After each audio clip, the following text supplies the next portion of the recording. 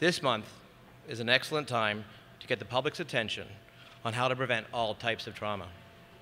We are working in collaboration with the American Trauma Society and the Society of Trauma Nurses to get the word out and to save lives. Today, we want to talk about the dangers of distracted driving, and in particular, texting while driving. In our trauma centers, we see the results of distracted driving every day.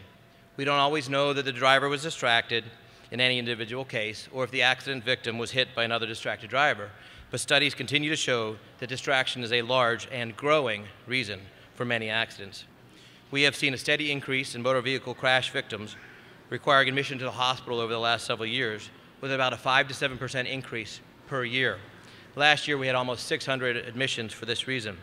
Looking exactly at texting, there's a study that shows that texting while driving decreases your reaction time 8 times worse than being legally drunk at 0.08. Why is that? Most reaction times are in the hundreds of seconds, but reading a text takes seconds and completely slows down your reaction time.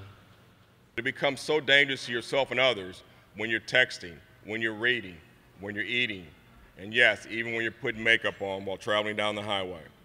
Over 700 people were killed on Missouri highways in 2011. Of those, 165 men, women, and children lost their lives due to inattention. Thus far in 2012, we've lost 274 lives on Missouri highways. Most people would believe that the most difficult part of a law enforcement officer's job is working traffic crashes, when actually the hardest part of our job is going to tell a family that they've lost a father, a mother, a son, or a daughter due to inattention, a crash that could have been prevented. When our family gathers for holidays, it's with the knowledge and the underlying sadness that our children are gone. And they didn't die from disease. They died in 3 separate and unrelated car crashes that took place over a 6-year period of time. Our son Adam was killed in 2002 as a result of a distracted driving accident. A nephew at the age of 21 in a late-night accident. And my sister-in-law and her 2 children were hit head-on by a 16-year-old driver as he crossed the center line, leaving my sister-in-law in pretty good shape, but my 9-year-old needs to be removed from life support 4 days after the crash. So I truly understand the cost of distracted driving. Our lives have been forever altered, and anyone who's touched by a serious car crash loses. Distraction exacts a high toll.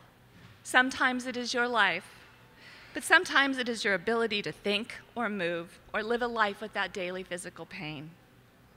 And we can all do better by our children. We can teach them to slow down, embrace the moment, and pay attention to the details that may save their lives or the lives of others.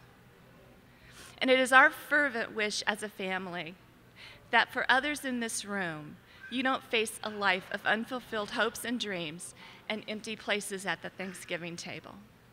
Thank you.